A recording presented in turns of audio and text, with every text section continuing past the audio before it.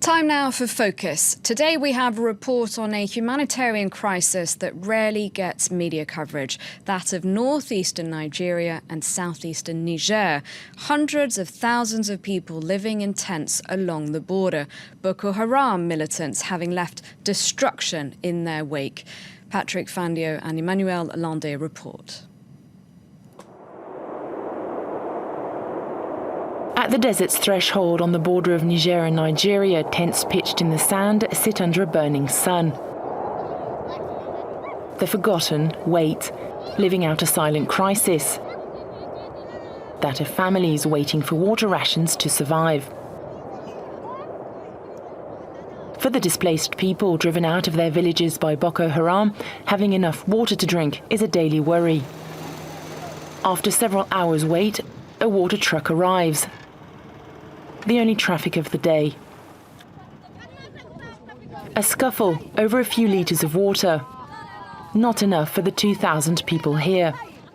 With Niger in a state of war, aid workers like Colin are dealing with a critical situation.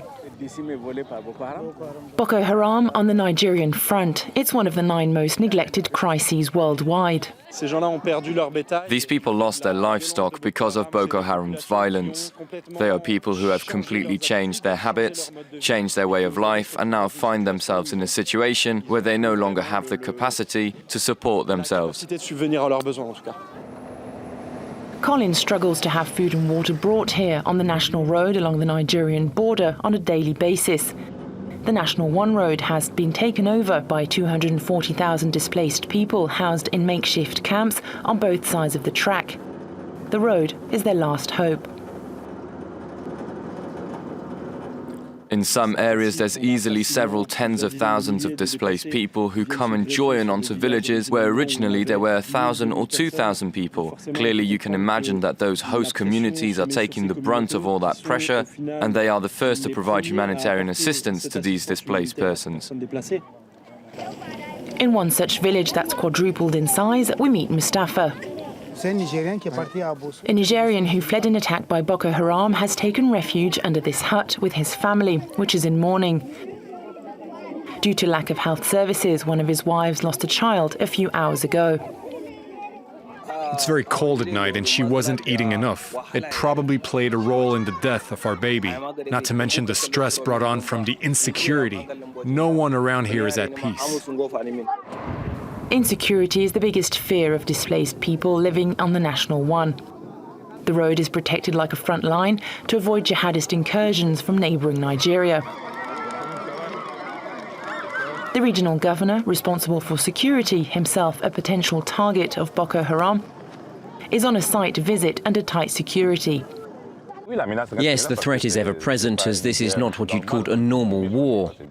These are individuals who very often manage to infiltrate and hide within the local population, so we remain vigilant. We must take every precaution. This is a high-risk zone. In the suburbs of Diffa, the capital of the southeast of Niger, the country's new strategy against Boko Haram is in play. The goal, to deplete the ranks of the jihadist sect by inciting its fighters to desert and surrender. The first 100 defectors are in hiding in these ordinary-looking houses. These former militiamen managed to flee the terrorist group and return to Niger without going to prison after being granted amnesty for their crimes. An open-hand policy the governor is proud of. For the time they spent with Boko Haram, what have they won? These men say they haven't won anything, only regrets. We're waiting for more people to come and join us here. We're going to strip Boko Haram of its fighters. But for those who refuse to return home, the war will continue. Among the repenters is Abu Bakr, the only graduate of the group. For 18 months, he was a nurse with the jihadists. Over there was Boko Haram. I worked as a doctor. I treated many wounds, treated many sick people. I really regretted being there. Abu Bakr deserted and came back with his wife, 20-year-old Fatima. It was a forced marriage by the sect. I was forced to marry when I was there. They assigned a husband to each of us young girls without us having a say. And for most of us, we had no choice but to bear their children. The families of these repenters await the opening of Niger's first de-radicalization centre, giving them hope for their new lives of freedom.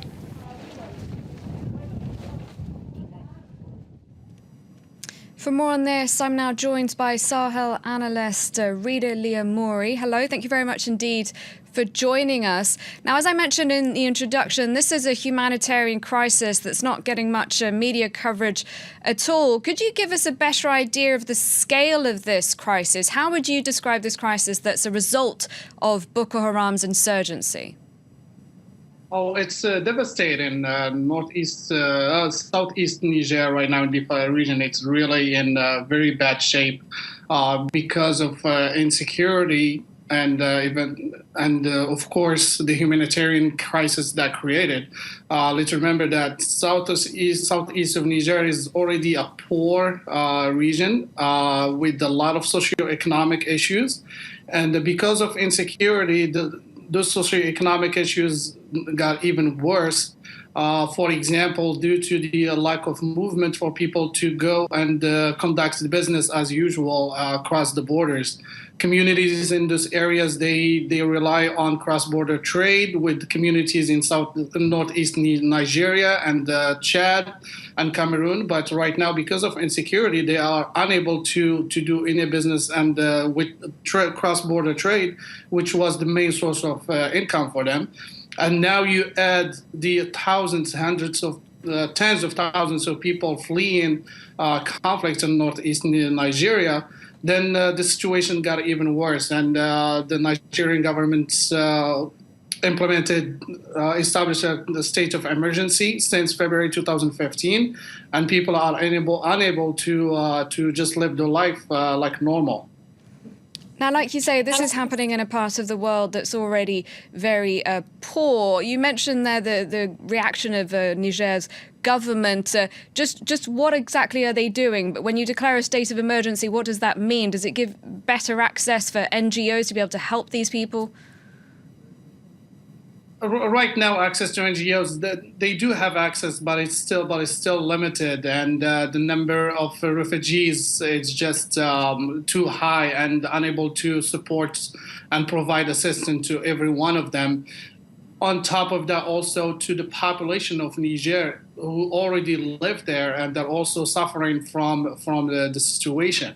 So the Nigerian governments are relying mainly on their international partners to provide assistance, in addition to the state of emergency, so they can secure the area and create some sort of stability, so that NGOs can go and do the work and try to support this vulnerable population. But right now, the main focus is on security, but I think there should be more. There should be other programs focusing on providing alternatives for this youth who are returning from or defecting Boko Haram to return to southeast Niger, so they can have jobs and have sources of income and prevent from this from happening again. Do you think the amnesty is a good idea? Should these ex-fighters be given more help than you're saying to rejoin civilian life?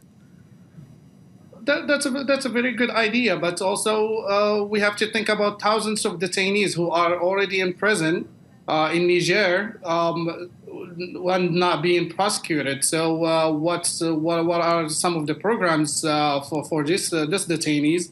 Are there any plans of reintegration after they're released? So there's a lot of questions that the Nigerian government has to answer. And the most important question also is, are the communities in southeast Niger willing to accept these defectors to return and be integrated to their community? So Niger has to be really careful on how to reintegrate these former fighters to prevent any additional domestic conflicts.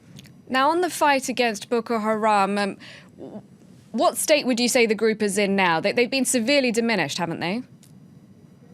Yes, they have been severely diminished because of the joint collaboration between Niger, Chad, Cameroon, and Nigeria.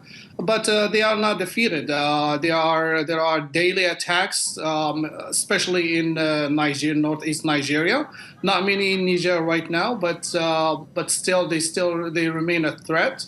And we will continue to see sporadic attacks against, mainly against Nigerian forces. They are weakened, but definitely not defeated. All right, well, thank you very much indeed for your time and your analysis. Rita Leomuri joining me there for today's Focus.